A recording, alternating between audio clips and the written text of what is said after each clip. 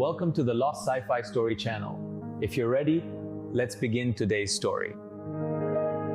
Waypoint Sigma-9 had been designed by someone who believed, with the misplaced optimism of a person who had never worked in refugee processing, that beige was a calming color. 4 years into his posting, Marcus Vale had developed a competing theory. Beige was not calming. Beige was what happened when a color gave up. The walls of the station's main processing corridor had the specific exhausted pallor of a surface that had looked at 11,000 displaced beings passing through it daily and simply decided, at some cellular level, to stop trying. Someone on the night shift had taped a hand-lettered sign above the corridor entrance that read "Abandon hope, all ye who enter here." 3 different supervisors had removed it. 3 different anonymous staff members had put it back. At some point, a 4th supervisor had apparently looked at it, looked at the corridor, looked back at the sign, and made the quiet internal decision that this was not a battle worth the energy. Marcus had been one of the people who put it back the second time. He was not proud of this. He was also not proud of it. He was 31 years old, 4 years and 7 months into a posting he had accepted because he believed in the work and continued in because he still believed in the work, which was either admirable or a diagnosable condition, depending on which of his colleagues you asked. He drank his coffee black, not by preference, but because the station's protein and supplement synthesizer had been out of milk substitute for 11 days. The requisition form he had filed was somewhere in a procurement queue that moved with the geological urgency of sediment, and he had reached the stage of caffeine dependence where temperature and flavor had become essentially irrelevant variables. The coffee was a delivery mechanism. He was the delivery destination. The relationship had clarified itself into brutal efficiency. His desk was one of 42 desks in the main evaluation room, arranged in rows with the democratic uniformity of a system that did not believe in hierarchy of workspace, but absolutely believed in hierarchy of everything else. On his desk, 1 cracked handle mug, 1 photograph of a dog he no longer owned because his building had revised its pet policy with the casual administrative violence of a landlord who had never needed emotional support, and 1 stack of physical case files that reached, on any given morning, approximately to the height of his forearm. The files were, in official terminology, redundancy backups for digitally flagged cases. In practical terminology, they were the paper evidence that people existed and that the automated system had noticed them, and then, with elegant bureaucratic symmetry, immediately lost track of them. Outside his narrow window, the eastern overflow corridor was already operating at the specific density that the station's architects had described in the original planning documents as maximum temporary capacity, and that the current staff described, in the particular shorthand of people who have watched a euphemism fail in real time, as Tuesday. The overflow benches lined both walls for 60 meters, plastiform seating designed for waiting rooms that expected turnover, now occupied by beings who had been waiting long enough to learn the precise acoustic properties of the ventilation shaft above row 4, which produced, on every 3rd cycle, a sound like a large animal reconsidering a life decision. The station processed beings from 47 known systems. This meant that on any given morning the main corridor contained, simultaneously, 3 different species with auditory ranges that found human vocal frequencies physically uncomfortable, 2 species whose biological clocks ran on day lengths that made standard shift scheduling an ongoing creative exercise. At least 1 delegate from the Korathi Collective, who communicated in bioluminescent patterns and whose translator unit had been malfunctioning for 2 weeks in a way that rendered everything it produced about 14% more alarming than intended, and 1 elderly Emravian gentleman, named something the station's phonetic processors had eventually rendered as Mr. Click, who had been navigating the authorities' resettlement process for so long that he had developed opinions about the coffee that he shared, with democratic generosity, with anyone who stood near him for more than 40 seconds. Mr. Click had told Marcus on 3 separate occasions that the coffee tasted like the memory of a beverage that had once, in better times, been adjacent to something good. Marcus had told him that was the most accurate description of the coffee he had ever heard. Mr. Click had clicked twice, which his translator rendered as profound agreement, and they had stood together in the specific companionable silence of 2 beings united by a shared grievance that neither of them could fix. Marcus pulled the first file from his stack at 8:14 in the morning, drank something the synthesizer was technically calling coffee, and began the work of deciding, one 5-minute window at a time, which futures got to move forward today, and which ones got filed back into the drawer that the drawer had been built, at considerable expense to the Outer Rim Resettlement Authority, to contain. The overflow bench on row 7 had, according to the small scratched notation that someone had carved into its underside, with what Neva estimated had been a very determined fingernail, been in continuous use for approximately 900 standard days. She knew this because Save had found the notation on their 3rd day of waiting, had read it aloud with the focused solemnity of an archaeologist making a significant discovery, and had then announced to everyone within conversational range that they were sitting on a piece of history, which was either comforting or deeply depressing depending on your orientation toward history as a concept. Neva had decided it was comforting. She had been making this category of decision, taking the available facts and rotating them until they caught a more useful light, for most of her adult life, and she had gotten very good at it. She sat with the posture her own mother had insisted upon, back straight, shoulders settled, chin at the angle that communicates to a room that whatever the room is planning, you have seen worse and arrived at breakfast regardless. 53 years of teaching other people's children had given her face a quality of patient attentiveness that tended to make people feel, in her presence, that they were either about to learn something or be gently corrected, and often both simultaneously. The station's ambient lighting did interesting things to her skin, drawing out the silver-blue undertone that ran beneath her complexion like a watermark in expensive paper, visible only at certain angles, the biological inheritance of a people whose ancestors had lived for 10,000 years under a sun that operated in a slightly different frequency than the one this station's panels were trying to approximate. The panels were doing their best. The panels were not quite succeeding. She had decided this was also comforting, in a minor key. Even the lights, it seemed, were working from incomplete information and managing anyway.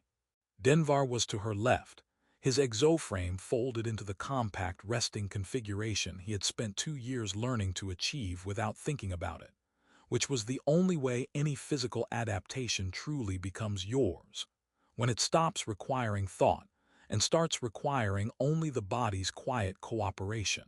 He was reading something on a borrowed data tablet, though reading was perhaps too passive a word for what Denvar did with information. He consumed it the way certain stars consume nearby matter, with complete and somewhat aggressive thoroughness. The tablet had been loaned to the family by a volunteer coordinator named Thessaly, who had assessed Denvar's interest in the station's technical infrastructure schematics during his first week, and responded with the pragmatic generosity of someone who recognizes a particular kind of mind and wants to give it something productive to do before it starts doing things independently. Denvar had, in the past 11 days, read everything on the tablet and had also identified 3 inefficiencies in the overflow corridor's ventilation, routing that he had written up in careful notes on the back of his intake documentation, not because anyone had asked him to, but because the problem was there and his brain was also there, and the combination had produced, as it always did, output. Pilly sat on Neva's right, working through a standard language exercise with the concentrated silence of a child who treats learning as a competitive sport she has decided to win. She was 9 years old and had her father's engineering precision applied to entirely different materials.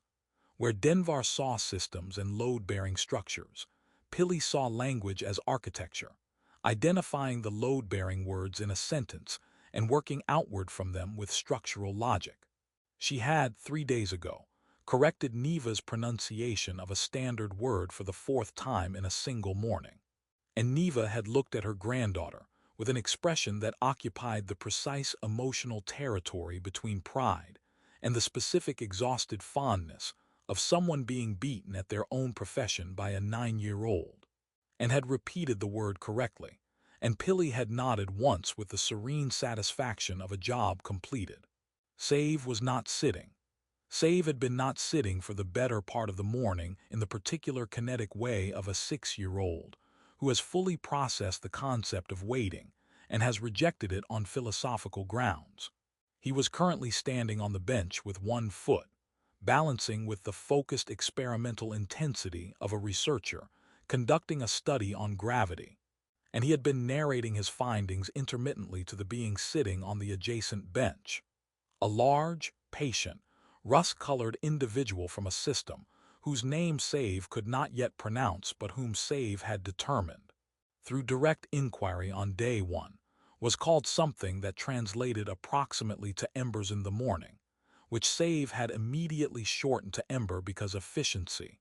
He had explained to Ember without apparent awareness that this might require consent, was important in communication.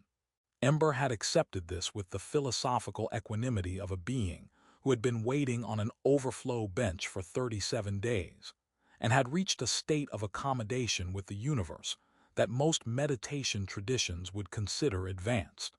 The Korathi translator Unit 3 benches down produced, on the hour, a soft chiming sound followed by a statement that its current operator had explained to the surrounding area was meant to be a polite greeting, but that the malfunction rendered, in standard, as something resembling a moderately alarming weather forecast.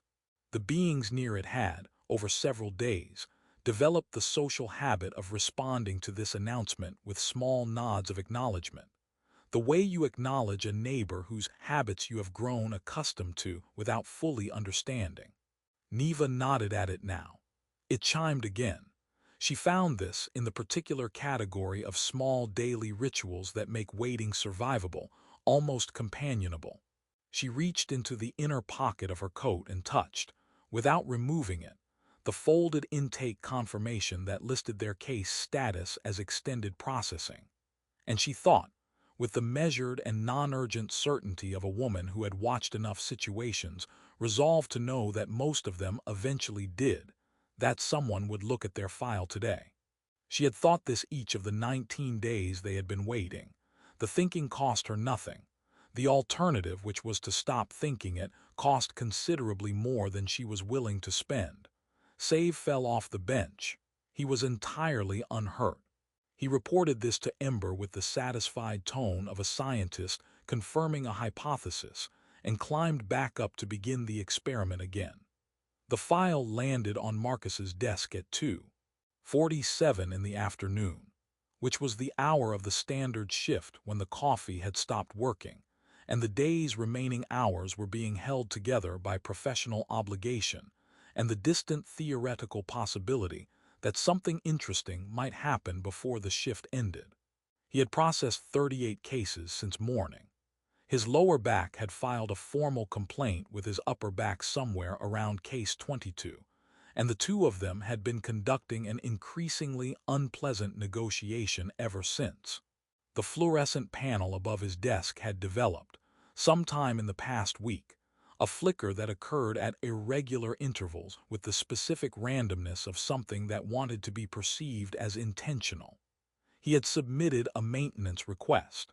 The maintenance request had been acknowledged by an automated confirmation that itself flickered, metaphorically, in the same way. He almost put the file on the referral stack without opening it. 3 stamps on the cover, Marin, Soth, and Yelvik, 40 years of combined assessment experience arranged in a column of official consensus, was the kind of professional signal that the station's evaluator culture had learned to read as a completed conversation. 3 stamps meant the file had been seen by people qualified to see it and had been found, through the reliable alchemy of experience and workload, to be something other than a priority. Reopening a 3-stamp file required a specific quality of professional stubbornness that 2 of Marcus's performance reviews had noted, with the careful diplomatic language of institutional feedback as an area for development. He opened the file because of the photograph. It was a standard intake image, produced by the entrance scanning system with all the artistic ambition of a piece of equipment whose primary design brief had been identification rather than portraiture. And yet the grandmother, Neva Chauvel, 63 years Vithran calendar, the conversion table's best attempt placing her at 71 standard, with a footnote acknowledging this was an orientation rather than a precision, was looking at the camera with an expression that required a face to have earned it over a significant number of difficult years. Not defiance, not defeat, something that occupied the territory between them, the particular compound of exhaustion and absolute refusal to be entirely exhausted that Marcus had seen in exactly 3 faces in his 4 years at Sigma-9, and had never been able to name with sufficient accuracy. The boy had moved during the scan. His image was blurred at the edges in a way that suggested he had been mid-sentence when the shutter processed, which Marcus found, for reasons he did not fully examine, immediately and specifically characteristic of a person he had never met. He read the file slowly. This was his professional failing, the attitude problem, the thing Feliz had noted twice in his reviews under the heading Recommended Development Area. Workflow efficiency optimization, which was institutional language for stop reading so carefully, which was further institutional language for the system functions better when you process faster, which was, if you followed the chain of euphemism all the way to its logical conclusion, a perfectly coherent argument that Marcus had heard many times and understood completely and continued, with full awareness, to reject. He read the intake documentation, and then the background summary, and then the medical assessment. And it was in the background summary that he found the notation that the 3 previous evaluators had each, in 4 to 7 minutes, not reached. Neva Chauvel, prior occupation, primary educator, 26 years, Vithran Public School System, specialization, early childhood multilingual development. He read it twice. Then he read the entry for Denvar, advanced engineering qualification, incomplete, 3 months from completion at time of the structural collapse in the capital's 3rd year of conflict, and did the specific arithmetic of interrupted things, which is different from the arithmetic of finished things in that it carries a remainder the numbers cannot account for. Then he found the language acquisition note that a volunteer teacher had appended to the file, apparently as an afterthought, in the abbreviated handwriting of someone who had more to say than their available time allowed. Both children acquiring standard at accelerated rate, Pilly self-correcting without prompting. Save, she had underlined save, asks approximately 1 question per 45 seconds, and appears to retain 100% of the answers. Marcus leaned back in his chair, which responded to this with a creak of deep structural resignation. Above him, the panel flickered twice. Down the row, his colleague Soth, one of the 3 stamps, was processing a case with the practiced rhythm of someone who had found a pace they could maintain indefinitely, and Marcus felt, briefly and uncharitably, the desire to lean over and say something. He did not do this.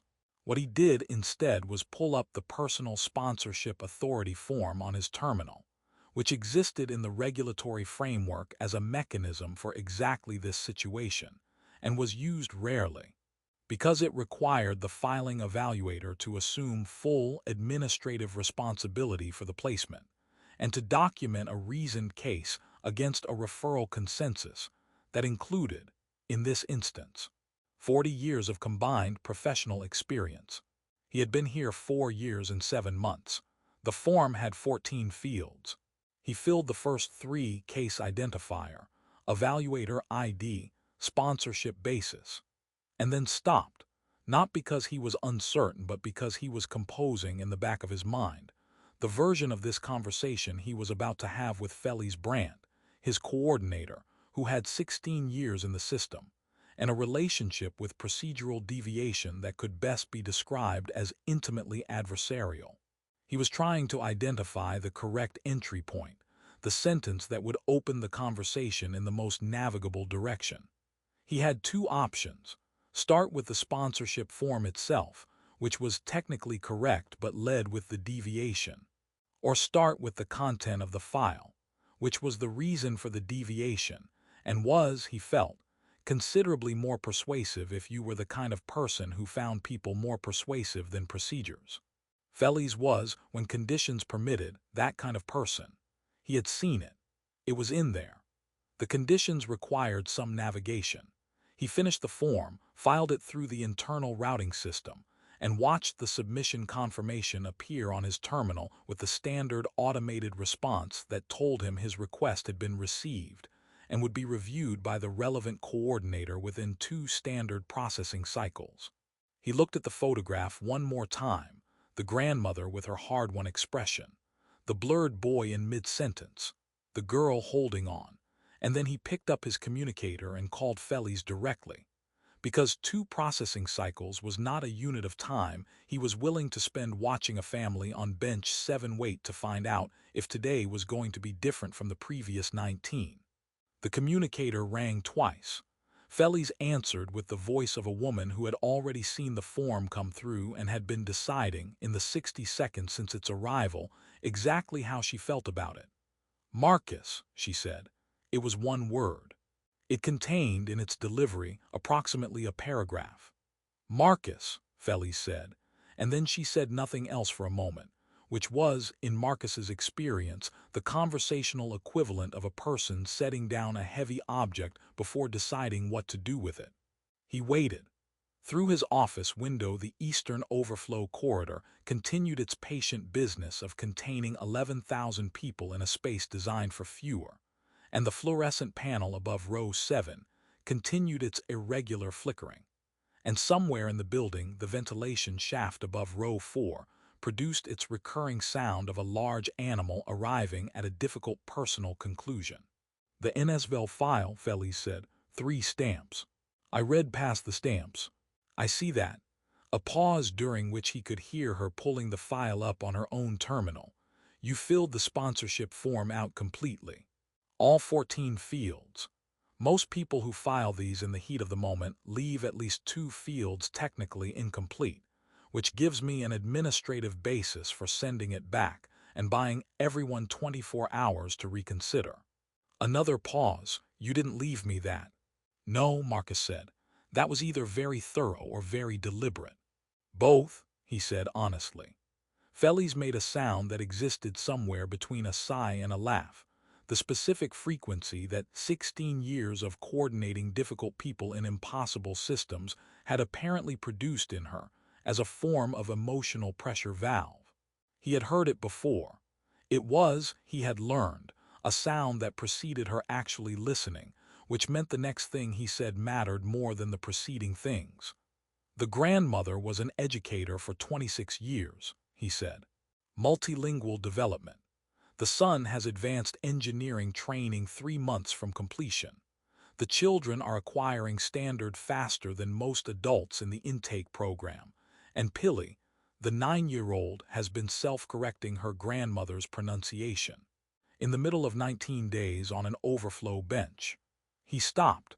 Then, difficult to place is not the same as undeserving of placement. The silence that followed was the different kind.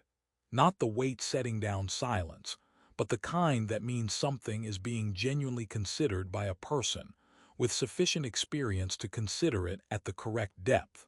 "The medical requirements," Feli said, but the edge in her voice had shifted slightly, the way a door shifts when the latch has released even if it hasn't yet swung open. "I've already added a pharmaceutical access coordination request to my queue. I'll liaise with the medical integration team before the settlement assignment is finalized. I'll carry the case load personally." He paused. "The exoframe Denvar uses has been repaired 4 times since they left Vithra, with parts from 3 incompatible systems. by a man with incomplete engineering credentials and no workshop. I think we can probably manage the settlement infrastructure. Feliz was quiet for what felt like a long time and was probably 7 seconds. The boy, she said at last, and her voice had changed registers entirely, had moved out of the coordinator frequency and into something more plainly human. Save, the note says he asks one question every 45 seconds. The intake officer said bright kid, in the margin, in handwriting. I'm looking at it now. A pause. It is very emphatic handwriting for 2 words. I thought so too. Feliz made the sound again, the pressure valve, the 16-year-old exhale of a person who had built excellent professional defenses and was, in this specific instance, choosing not to fully deploy them. I'm approving the form, she said. Full administrative sponsorship. Your case load, medical liaison before settlement finalization. I'm going to need a documented rationale filed within the hour for the Resource Allocation Review Board, which meets tomorrow morning and will have questions I will need answers to. I'll have it to you in 40 minutes. 35, Feliz said, in the tone of a person reasserting some structural authority over a situation that had partially escaped her. And Marcus, lead with the educator. Don't open with procedural framework, lead with the person. You sound like someone told you that once. Someone did, she said, and ended the call without elaborating, which was, he had come to understand, one of the specific privileges of 16 years in a system. You got to end conversations at the good line. He filed the rationale in 33 minutes, which was 2 minutes faster than requested and which he hoped communicated, in the silent arithmetic of professional relationships, both capability and good faith. Then he printed the settlement confirmation, the physical copy, the redundancy backup, the paper evidence that a decision had been made and that the decision had a name, and the name was the Nsvel family and their future. And he stood up from his desk with the confirmation in his hand and walked toward the overflow corridor, which was not standard procedure.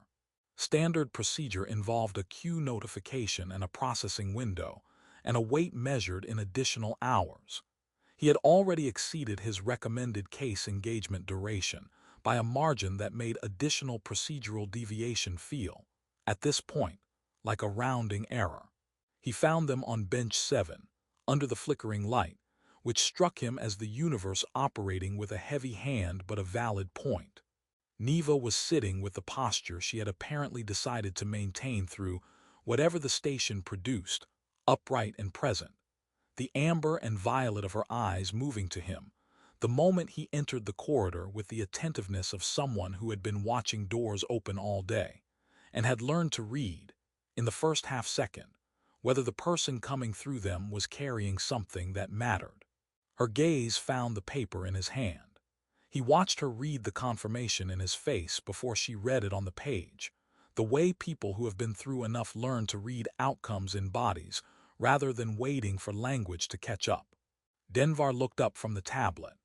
Pilly lowered hers with the deliberate patience of someone choosing to be present for something rather than continuing to be efficient. And Save, who had been engaged in a structural analysis of the bench's support tolerances, by the method of jumping on it repeatedly, while Ember observed with the long-suffering equanimity of a being who had accepted the universe's decisions, turned around and looked at Marcus with the complete and immediate focus of a child who has never, not once, genuinely believed that waiting was going to be permanent. Marcus held out the confirmation. Neva took it with her long-fingered hands, the extra joints moving with the easy, natural certainty of things that have always simply been. And she looked at it and then looked at him, and said something in Vithran that his earpiece processed for 2 full seconds before producing. With the confident inaccuracy that had become the Korathi translator's only real competition in the station's hierarchy of linguistic ambiguity, the approximate rendering. You came back to look. He thought that was close enough. Save crossed the distance between them in 3 steps and asked.